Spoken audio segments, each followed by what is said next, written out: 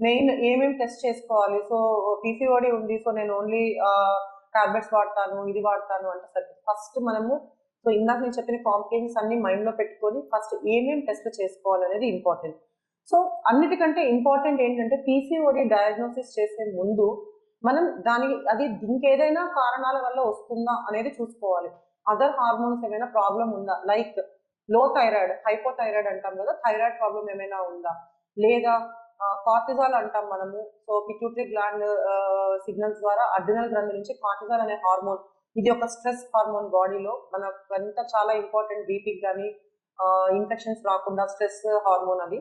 So ఇది ఎప్పుడైతే ఎక్కువ ఉత్పత్తి అవుతుందో కుషింగ్ సిండ్రోమ్ అంటాం. సో వాళ్ళల్లో కూడా, లేదా మీకు ప్రొలాక్టిన్ ఎక్కువ అయినప్పుడు, సో వీటన్నిటి వల్ల కూడా మనకి సెకండరీ పీసీఓడి అంటాం దీన్ని. సో ఇవేవైనా అదర్ ప్రాబ్లమ్స్ ఉన్నాయా, థైరాయిడ్ కానీ, ప్రొలాక్టిన్ ఎక్కువ ఉండడము, కార్టిజాల్ ఎక్కువ ఉండడము, లేదా స్టిరాయిడ్స్ ప్రొడక్షన్ చిన్నప్పుడు కంజెనిటల్ గానే మనం జన్యుపరమైన స్టిరాయిడ్ ఉత్పత్తిలో ఏవైనా లోపాలు ఉన్నాయా. సో అప్పుడు ఏమవుతుందంటే అప్పుడు కూడా మనకి ఈ పీసీ ఎక్కువ అన్వాంటెడ్ హెయిర్ అవ్వడము, ఇంక్రీజ్ విరిలైజేషన్ అంటాం. సో 17 హైడ్రాక్సీ ప్రొజెస్ట్రాన్ అనే హార్మోన్ టెస్ట్ చేయాలి, అప్పుడు కూడా అది ఎక్కువ ఉంటుంది వీళ్ళలో, సిఏహెచ్ అంటాం ఆ కండిషన్ ని. సో ఇవన్నీ కూడా రూల్ అవుట్ చేసుకోవాలి ఒక పేషెంట్ వస్తే. సో క్లినికల్ గా అందుకే ఖచ్చితంగా మీరు డాక్టర్ ని కలవాలి. ఇవేవైనా ఉన్నాయా అనిపిస్తే ఈ టెస్ట్ కూడా ఖచ్చితంగా చేస్తాం ఎవరికైనా అవసరమైతే.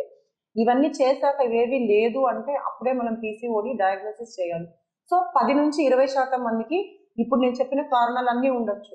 సో వాళ్ళకి థైరాయిడ్, ప్రొలాక్టిన్, కార్టిజాల్ టెస్ట్ అనేది ఉంటుంది, ఓఎన్డిఎస్, డెక్సామెథాసోన్ సప్రెషన్ టెస్ట్, లేదా 17 హైడ్రాక్సీ ప్రొజెస్ట్రాన్ టెస్ట్ ఎవరికైనా అవసరమైతే ఇది ఖచ్చితంగా చేయాలి. ఆర్ అడ్రినల్ గ్రంథి లేదా ఓవరీస్ అండాశయాల్లో ట్యూమర్స్ ఉండిండొచ్చు, ట్యూమర్స్. సో అది కూడా ఇంపార్టెంట్. వాళ్ళకు కూడా మీకు ఎక్కువ ఆండ్రోజెన్స్, మేల్ హార్మోన్స్ ఎక్కువ రిలీజ్ అవడం వల్ల కూడా ఇలాంటి ఫీచర్స్ రావచ్చు.